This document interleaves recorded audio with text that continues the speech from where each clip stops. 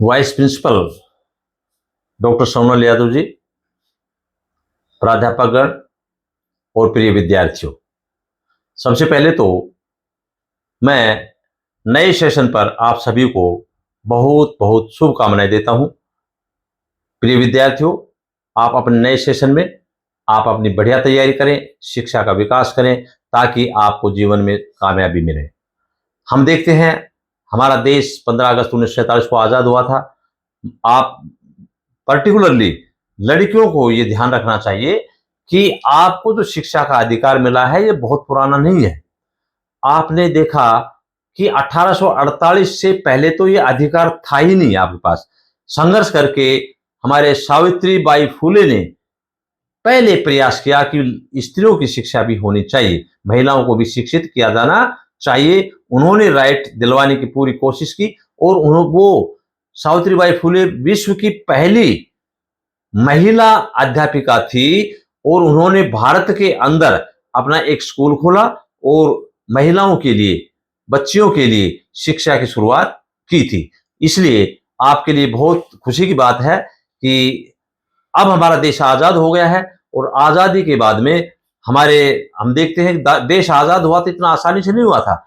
सावित्रीबाई फुले के बाद में हम देखते हैं शिक्षा का विस्तार करने के लिए स्वामी दयानंद ने बहुत प्रयास किए थे। उन्होंने खुद इधर उधर पढ़ करके, वेदों का ज्ञान लेकर के जब समझ में आया था कि शिक्षा के बगैर कोई विकास देश में नहीं हो सकता, और 1857 में जो प्रथम क्रांति हुई थी वो शिक्षा के साथ साथ हमारे देश को आजाद करवाने के लिए भी की गई थी। 1857 में देखते राव तुलाराम ने भी बड़े संघर्ष से 5000 सैनिकों के साथ हमारे नसीबपुर के अंदर, यहाँ गांव है नसीबपुर में, अंग्रेजों के विरुद्ध लड़ाई लड़ी थी और उनको दिखा दिया था कि अब हम आपके गुलाम नहीं रह सकते आपके दिन। और वहीं से पहला जो है बीजारोपण हो चुका था स्वतंत्रता का। लेकिन उसके बाद में आप देखते हैं 1897 के अंदर सुभाष चंद्र बोस आते हैं और अन्य कुछ पढ़े लिखे व्यक्ति आते हैं। तो सुभाष चंद्र बोस का जन्म 1897 में तो हुआ, लेकिन 1920 में उन्होंने ग्रेजुएशन कर ली थी और 1921 के अंदर आईसीएस पास कर ली थी। लेकिन उन्हें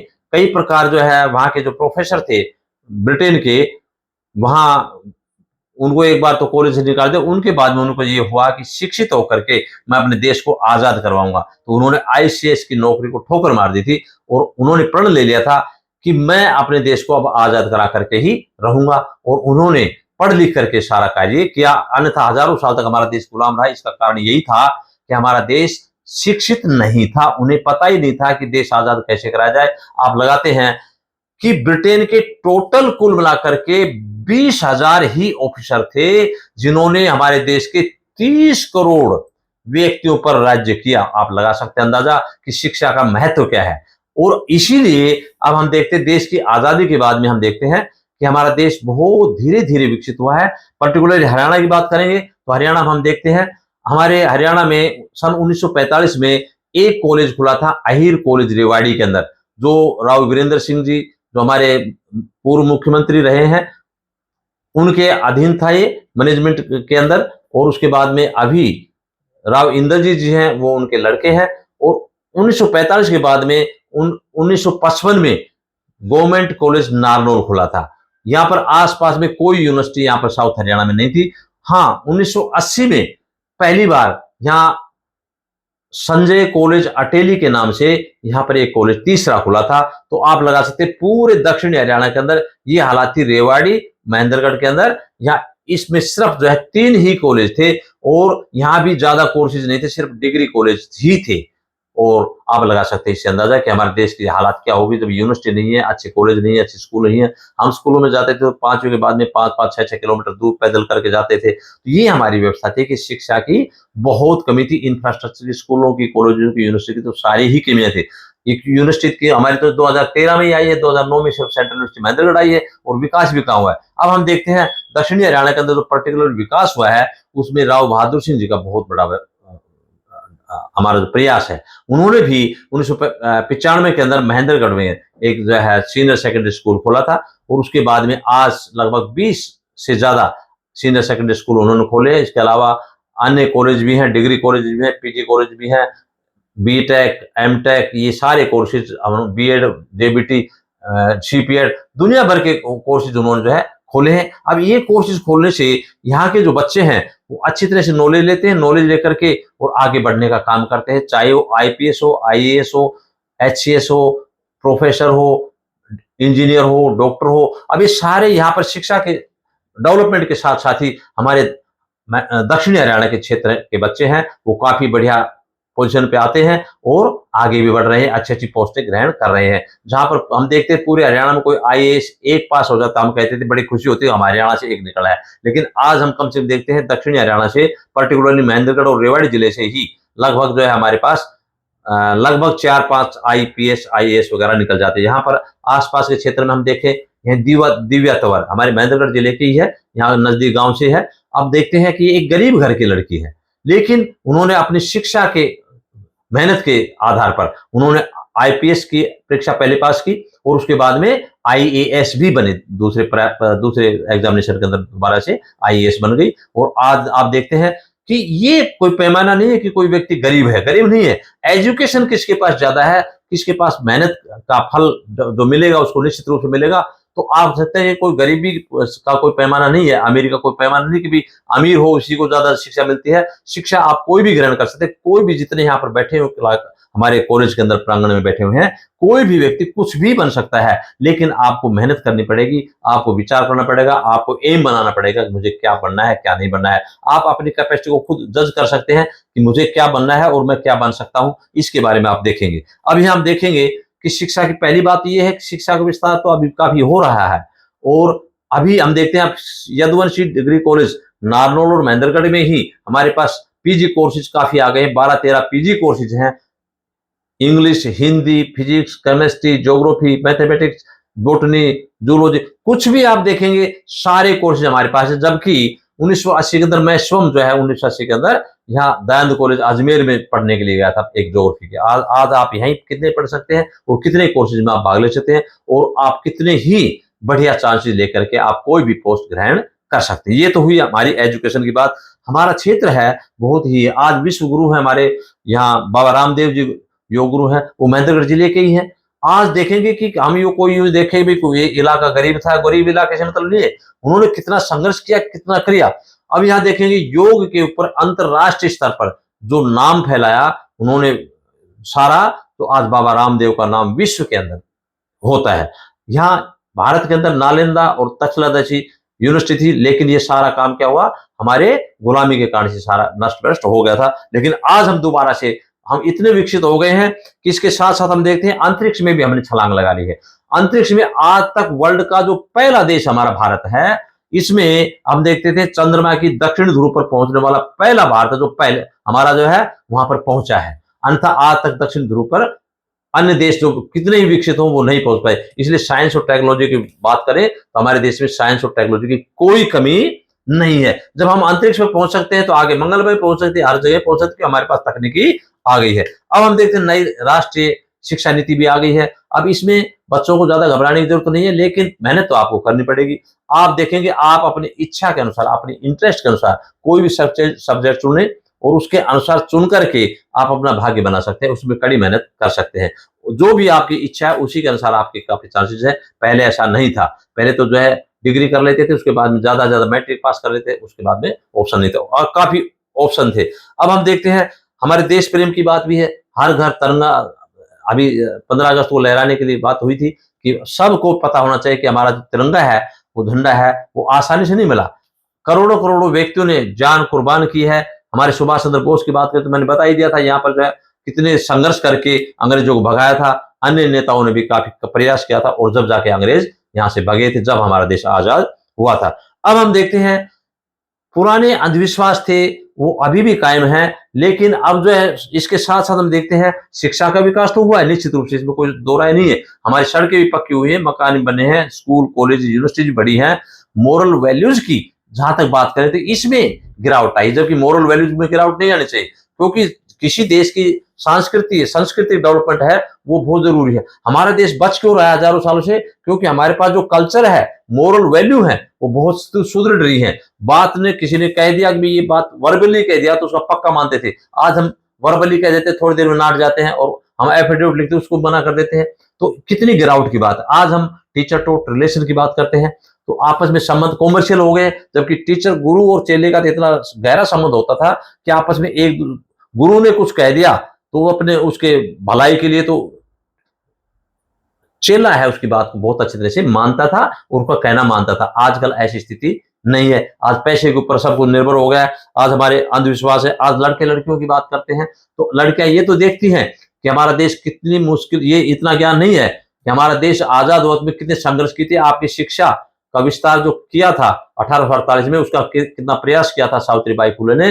उन्होंने जो है पत्थर खाए, गालियां खाई, लोगों से कितना अत्याचार सहन किया, जब जाके आपको अधिकार मिला है शिक्षा का। और आपको अधिकार तो मिल गया, अच्छी बात है, स्त्रियों को डेवलपमेंट करने का अधिकार भी है और बन भी रही है। हमारे माननीय प्रधानमंत्री श्रीमती इंदिरा गांधी रही है, हमारे राष्ट्रपति भी रही है, अभी भी हमारे राष्ट्रपति हैं वो श्रीमती द्रौपदी मुर्मू जी हैं, और इससे पहले भी राष्ट्रपति रह चुकी हैं, अन्य भी। तो हाँ, अच्छे पोस्टेज पे हमारे अच्छे अच्छे मंत्री भी हैं।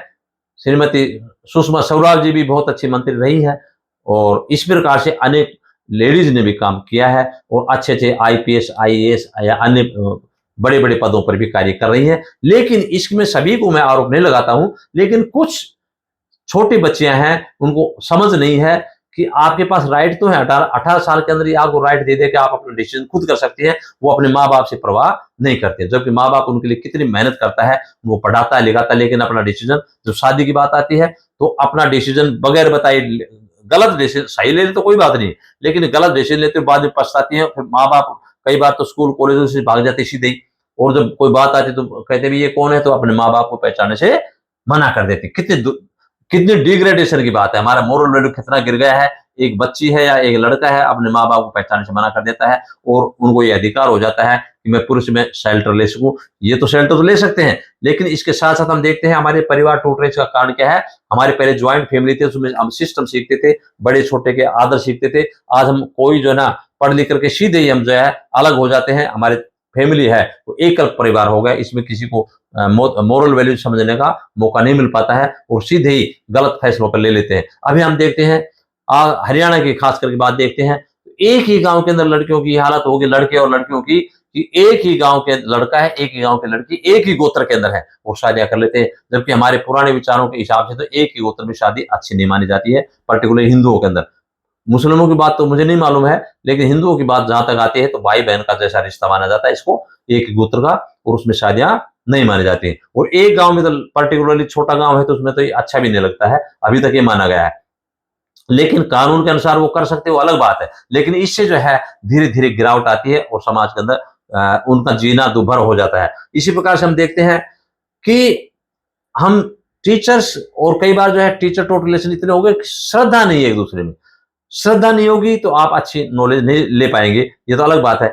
जहां तक मैं बात करता हूं, एक लिव इन रिलेशनशिप, एक नया जो है हमारा अधिकार दिया गया है कि इसमें लड़के और लड़की एक ही कमरे में किराए लेकर के रह सकते हैं। यानी कहते भाई मैं तो रिलेशनशिप में रह रहे हैं। तो हमारे इंडिया के ये कल्चर नहीं है कि इस तरह की रिलेशनशिप बनाई जाए, क्योंकि यूके में, यूएसए में तो ऐसा कोई रिलेशन नहीं है। अपने पास चाचा, ताऊ, मामा, बहन, भाई का हमारा तो बहुत गूढ़ रिश्ता होता है, जिसमें हम अपना एक दूसरे के कल्चर के बारे में सोचते हैं, उनके बारे में गलत बातें नहीं सोचते, हम भाई बहन मानते हैं उनको। लेकिन वहां पर तो क्या है, बॉयफ्रेंड गर्लफ्रेंड इस तरह मानते हैं, उनको कोई ज्यादा वो नहीं है, वो एक कमरे में रह सकती है। ये हमारे देश के लिए कम से कम ये नियम है वो उपयुक्त नहीं है।